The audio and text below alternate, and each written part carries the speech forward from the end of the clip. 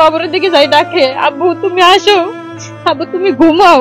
পরিবারের মুখে খাবার তুলে দিতে বাধ্য হয়েই ১৯ জুলাই সকালে কাজে বের হয়েছিলেন ঠেলাগাড়ি শ্রমিক মোহাম্মদ মিজানুর।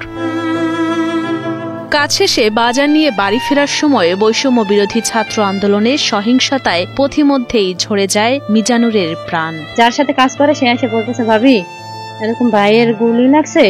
যাইয়ে দেখি খাটের উপর শোয়ানো, তখন আমি দেখে ওই জায়গায় চিৎকার শুরু করছি।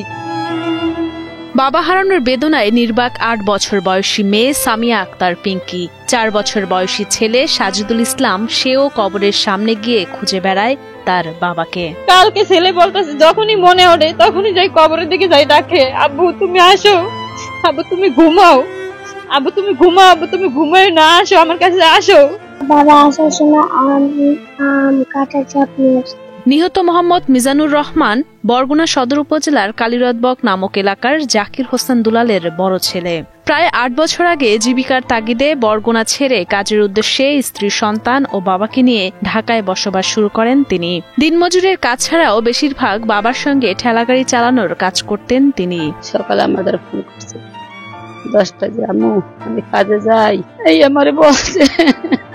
প্রতিদিনের মতো ১৯ জুলাই সকালে কাজের উদ্দেশ্যে বাসা থেকে বের হয়ে আর বাড়িতে ফেরেননি মিজানুর। বাসায় ফেরার পথে মানিকনগর বিশ্ব রোড এলাকায় আন্দোলন চলাকালে সহিংসতায় গুলিবিদ্ধ হন তিনি। সে সময় সঙ্গে থাকা কয়েকজন মিলে তাকে ঢাকা মুগদা মেডিকেল কলেজ হাসপাতালে নিয়ে গেলে কর্তব্যরত চিকিৎসক তাকে মৃত ঘোষণা করেন। পরে ওই দিন রাতেই মিজানুরের মরদেহ বরগুনায় নিয়ে আসেন স্বজনরা। পরদিন সকালে তার নিজ গ্রামের বাড়িতে তাকে দাফন করা হয়। আমার সমস্ত সংসার অসহায় হয়ে গেছে, আমার যে পরিস্থিতি ছিল আশা আকাঙ্ক্ষা সব ধুলোর সাথে মিশে গেছে। মিজানুরের আয় দিয়েই চলত ৬ জনের সংসার। পরিবারে একমাত্র উপার্জনক্ষম ব্যক্তি মিজানুরের এমন মৃত্যুতে মানবেতর জীবন যাপন করছে পুরো পরিবার। বড় ছেলেকে হারিয়ে নিঃস্ব হয়ে পড়েছেন মিজানুরের মা শাহিনুর বেগমও। ঘর নাই, বাড়ি নেই, লেখাপড়া তা নেই, মাই একটা পরিস্থিতি, আমি এসবটা কি দিয়ে চালাবো? আমার সরকার সাহায্য না করলে আমার চলার মতন কোনো পদ্ধতি নাই। সরকার যদি আমার খেয়াল দেয়, আগে আল্লাহ পিছনে সরকার। আমার নাতি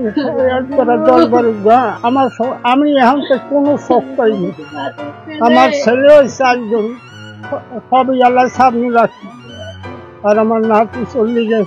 মিজানুরের গ্রামের বাড়িতে নিজের কোনো ঘরবাড়ি না থাকায় 2 ছেলে মেয়ে নিয়ে দেবরের বাড়িতে আশ্রয় নিয়েছেন স্ত্রী জাকিয়া আক্তার শিরিন। সন্তানদের লেখাপড়ার খরচ চালানো তো দূরের কথা, দুবেলা দুমুঠো খাবার জোটে না তাদের। আমার সরকারের কাছে আবেদন, সে যেন আমার থাকার ব্যবস্থা, আমার যেন কর্ম ব্যবস্থা এবং আমার এই সন্তানদের খাবার ব্যবস্থা যেন সে করে দেয়। নিহত মিজানুরের বাড়ি পরিদর্শন করে তার পরিবারকে আর্থিক সহায়তা দিয়েছে জেলা প্রশাসন। এছাড়াও কর্মসংস্থান ও আর্থিক সহায়তার আশ্বাস দেন উপজেলা নির্বাহী কর্মকর্তা শামীম মিয়া। যতটুকু পারি আমাদের পক্ষ থেকে সহযোগিতা, পাশাপাশি তাদের যদি কর্মসংস্থানের ব্যবস্থা করার নির্দেশনা থাকে এবং কোন ওয়েতে করবো আমরা, সরকারের নির্দেশনা পেলে আমরা অবশ্যই পরিবারকে সহযোগিতা করবো।